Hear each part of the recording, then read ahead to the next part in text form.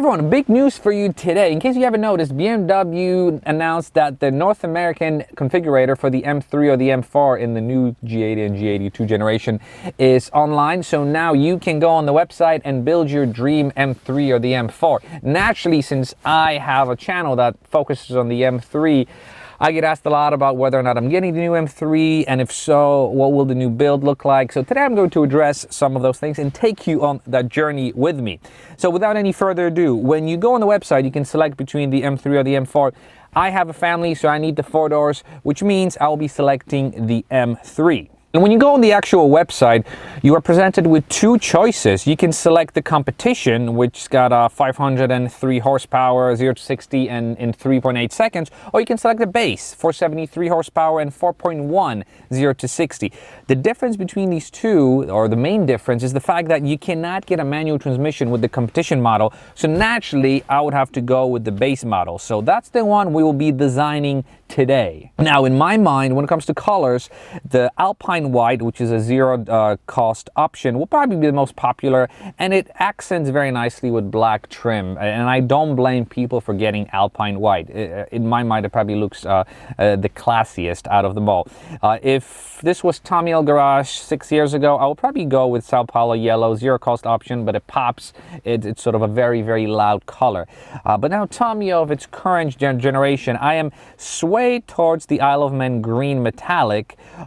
But in this case, I have a feeling a lot of people will spec this color. So I will have to go with the Tanzanite blue to metallic. The current generation, the F80, looks fantastic in Tanzanite blue. It's one of my favorite colors.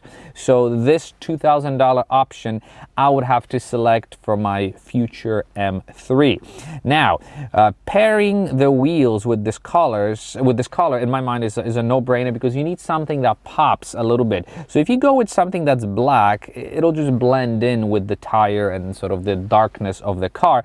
So I would go with the M double spoke bicolor wheels. So silver on the outside, black on the inside, which is actually pretty good for brake dust. If you go with the other one, the M double spoke Orbit gray wheels have that sort of silver ring on the outside. I don't necessarily think that looks good to AMG Mercedes, if you will. So I would spend $1,300 and go with the M double spoke bicolor options. Now, when it comes to the upholstery, I would not do leather dash or anything like that. I would stick to the basics, only because, yes, I know leather dash does look pretty, but in my mind, it's not worth the crazy premium. But what I would do is, ever since I had my S60R with the Atacama interior, I've been a huge fan of orange interiors. So with me, it would not be even an option to get anything else. The Kelami orange black extended merino leather would absolutely be my choice, and I think it just looks fantastic with the black accents in the middle. Then as we move to the actual trim, again, no-brainer, carbon fiber trim, a $950 option. I would have to opt for that. My current car has that option, and I absolutely love it. I think it adds a bit of a sportiness to it. Piano black also looks nice, but I think carbon fiber in this case, even though I'm not a huge fan of carbon fiber, as you know, in this case, I think that works very, very well.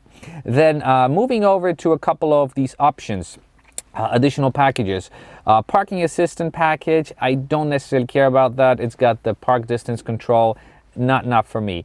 The executive package, normally I would not care about it, but the executive package has the heads-up display, which in my mind is an absolute must for any new car that I purchase. So this in itself would absolutely be worth it. And with this, you get a heated steering wheel. So we're going to go ahead and add it to the build.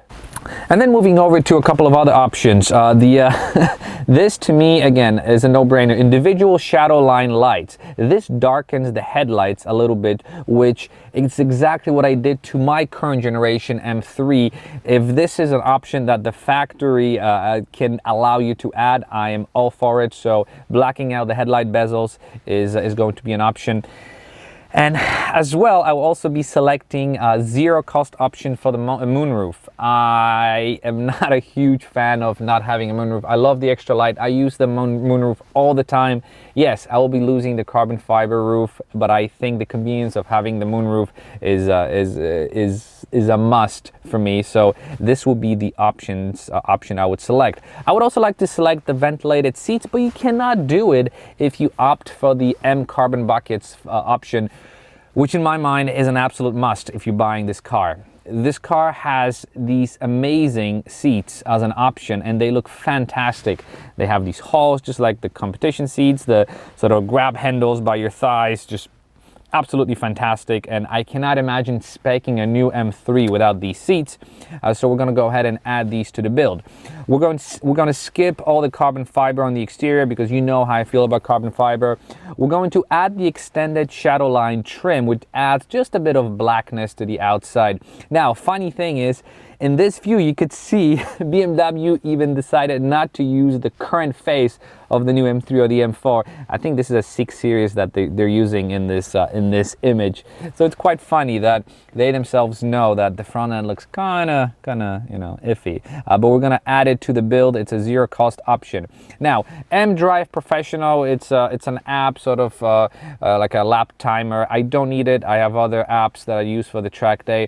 I will also not be getting carbon ceramic brakes, only because I do take my cars to the track, and if you do it, carbon ceramic brakes are fantastic at the track, but they're so expensive to replace. So steel brakes are the ones for me, and with the blue, I think red ones would work fantastic.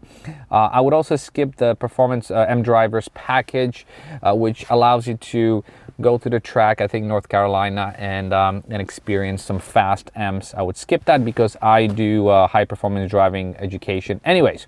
So as we go to the summary, this is what my build would look like. So MSRP as built exactly $81,000. And as you can tell here, it looks fantastic. Kudos to BMW for still providing a manual transmission in a performance sedan. BMW is probably the last performance sedan you can still get with a manual transmission. So seriously, kudos to BMW for doing it. And the Tanzanite blue looks amazing with the red calipers and the silver wheels. I think it's absolutely fantastic. So we're basically adding $11,000 worth of options on top of the base price between the color and the wheels and everything else. And so the total actually comes out, MSRP comes out to $82,000. And for that, you get a pretty fantastic car, 0 to 60, again, 4.1 seconds. Obviously, I think 473 horsepower is a bit of an understated number, but you get this fantastic vehicle. As you can see, these are great pictures, and you might be very tempted to be buying it until you scroll down, and you see the face of it. This is what you will be spending $82,000 on, this face. So you will be getting an M3, obviously a very capable vehicle, but you'll be getting a face that kind of looks like a piggy. You'll be getting a face of an M3 that doesn't have a dome hood. Yes, it's got these two cutouts, but it just doesn't look special enough. So the way it stands, I cannot get myself to purchase this vehicle. Spending $82,000 plus tax on something like this, I just could not sleep well at night knowing that something like this is waiting for me in the garage. Now, if you still think that this is a good deal, let's maybe do some math. So, moving over to my calculator app. So, $82,000. To that, you're going to add taxes. So let's say 6.5%. So it comes out to $87,000 with taxes. Now, let's say you put down, I know a lot of people will lease. I'm not going to focus on lease. We're going to focus on financing.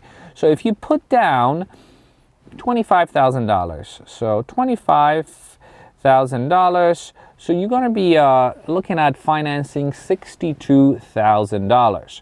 So if you finance $62,000 over, let's say, a lot of people will probably do 72 months. So 72 months, zero balance, and interest rate, let's say what interest rate do we have? Let's say 3%, right? So 3% interest rate, your payment comes out to $947. So paying $947 with $20,000 down on a car that looks like a little piggy is just it's hard to swallow. And yes, I absolutely agree with the fact that the new car will probably outperform the current generation by quite a lot.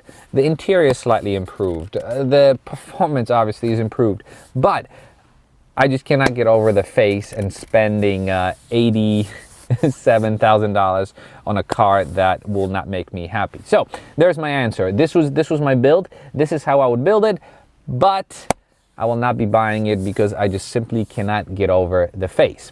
I'm curious to see what you think of the new generation. If you were to build it, how would you build it? And just let me know your comments in general by commenting below.